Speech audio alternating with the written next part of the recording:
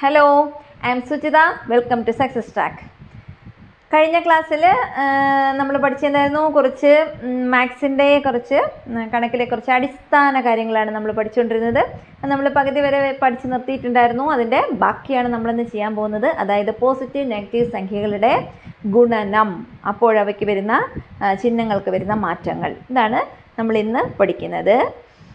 അപ്പോൾ ഓക്കെ അപ്പോൾ പഠിക്കാം, സ്റ്റാർട്ട് ചെയ്യാം.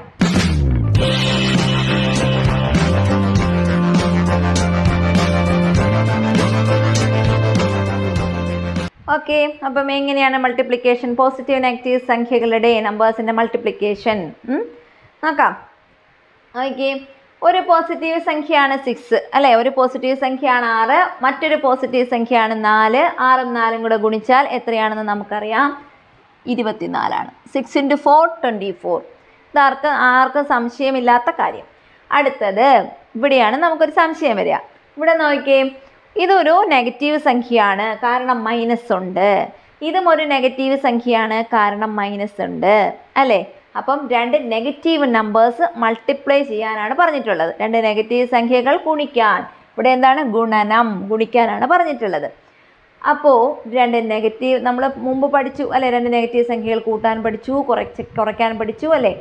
അതുപോലെ തന്നെ ഗുണിക്കാൻ എന്ത് ചെയ്യണം, ഓർത്ത് വെക്കേണ്ട കാര്യം, രണ്ട് നെഗറ്റീവ് സംഖ്യകൾ ഗുണിക്കുന്നതിന് സംഖ്യകൾ തമ്മിൽ ഗുണിച്ച് അങ്ങ് എഴുതണം. എന്നിട്ട് പോസിറ്റീവ് സൈൻ മാത്രമേ ഇടാവൂ. അപ്പം സംഖ്യകൾ തമ്മിൽ ഗുണിച്ചെഴുതുക, നെഗറ്റീവ് സൈൻ കൊടുക്കാനേ പാടില്ല. നമ്മൾ മുമ്പ് അഡിഷനിലൊക്കെ കൂട്ടുന്നതിലൊക്കെ പഠിച്ചതിൽ നിന്നും തികച്ചും വ്യത്യസ്തമാണിത്. അതുകൊണ്ട് ഇത് ഓർത്ത് വെച്ചിരിക്കുക.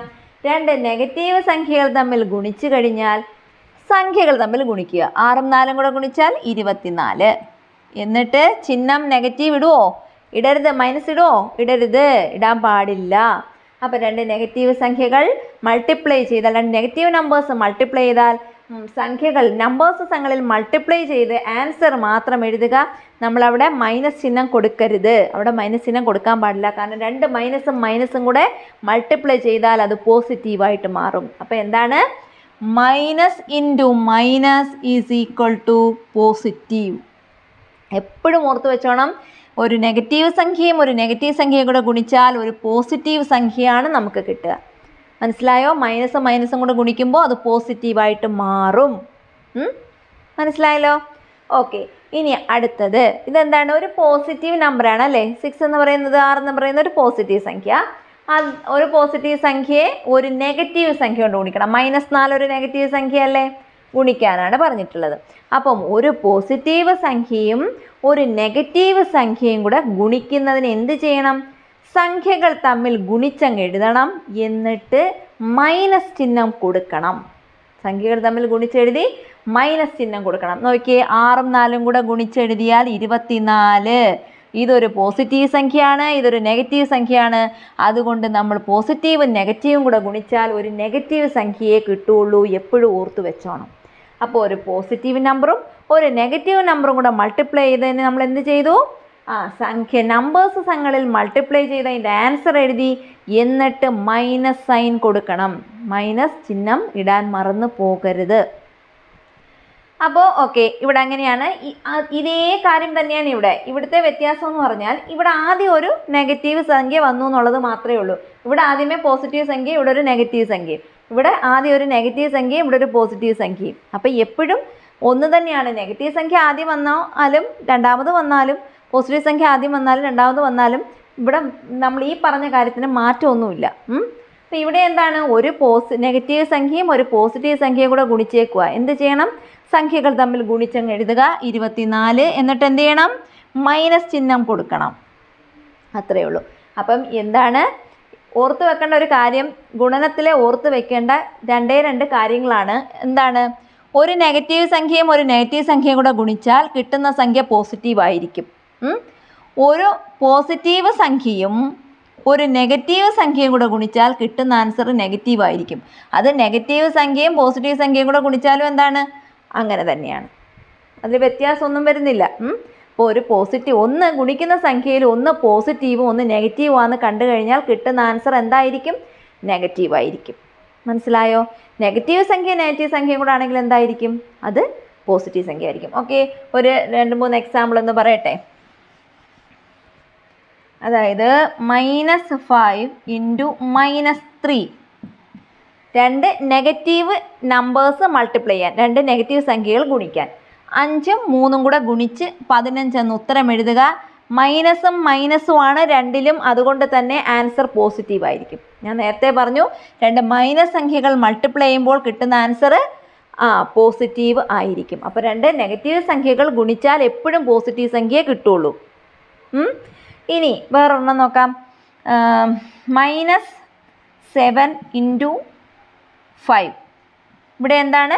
ഒരു നെഗറ്റീവ് സംഖ്യയും ഒരു പോസിറ്റീവ് സംഖ്യയും കൂടെ ഗുണിക്കുന്നു. ഒരു നെഗറ്റീവ് നമ്പറും ഒരു പോസിറ്റീവ് നമ്പറും കൂടെ മൾട്ടിപ്ലൈ ചെയ്യുന്നു. എന്ത് ചെയ്യണം? സംഖ്യകൾ തമ്മിൽ ഗുണിച്ചെഴുതുക. നെഗറ്റീവ് സൈൻസ് മൈനസ് സൈൻ മാത്രം കൊടുക്കുക. സംഖ്യകൾ തമ്മിൽ ഗുണിച്ച് 7ഉം 5ഉം കൂടെ ഗുണിച്ചാൽ 35 എന്ന് കിട്ടും. നെഗറ്റീവ് സൈൻ കൊടുക്കണം, മറന്നു പോകരുത്. വളരെ എളുപ്പമാണ്. നമ്മൾ പോസിറ്റീവ് സംഖ്യ നെഗറ്റീവ് സംഖ്യയൊക്കെ കൂട്ടുന്നതിൽ നിന്നും കുറയ്ക്കുന്നതിൽ നിന്നുമൊക്കെ വളരെ എളുപ്പമാണ് ഗുണിക്കുന്ന കാര്യം. കാരണം രണ്ട് കാര്യം ഓർത്ത് വെച്ചിരുന്നാൽ മതി. രണ്ട് നെഗറ്റീവ് സംഖ്യകൾ തമ്മിൽ ഗുണിക്കുകയാണെങ്കിൽ നമ്മൾ ആൻസർ എഴുതുക, എന്നിട്ട് പോസിറ്റീവ് കൊടുക്കുക. അതായത് രണ്ട് നെഗറ്റീവ് സംഖ്യകൾ ഗുണിക്കുമ്പോൾ നമുക്ക് ആൻസർ ഉത്തരം എന്ത് കിട്ടും? പോസിറ്റീവ് സംഖ്യ കിട്ടും. ഒരു നെഗറ്റീവ് സംഖ്യയും ഒരു പോസിറ്റീവ് സംഖ്യയും കൂടെ ആണെങ്കിൽ നമുക്ക് ഉത്തരം ഒരു നെഗറ്റീവ് സംഖ്യ ആയിരിക്കും. മനസ്സിലായോ?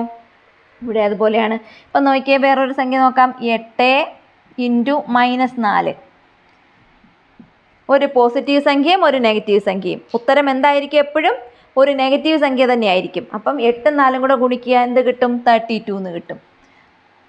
-32. കാരണം എന്താ? ഒരു പോസിറ്റീവ് സംഖ്യ ഒരു നെഗറ്റീവ് സംഖ്യ കൂടെ ഗുണിക്കാനാണ് പറഞ്ഞേക്കുന്നത്. അപ്പം നമുക്ക് എപ്പോഴും ആൻസർ എന്ത് കിട്ടും?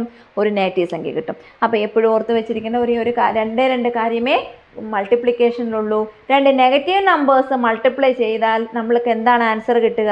ഒരു പോസിറ്റീവ് നമ്പറാണ് കിട്ടുക. ഒരു പോസിറ്റീവ് നമ്പറും ഒരു നെഗറ്റീവ് നമ്പറും കൂടെ മൾട്ടിപ്ലൈ ചെയ്താൽ എപ്പോഴും ഒരു നെഗറ്റീവ് നമ്പറേ കിട്ടുള്ളൂ. മനസ്സിലായോ? ഇത്രയേ ഉള്ളൂ അതിൽ പഠിക്കാം.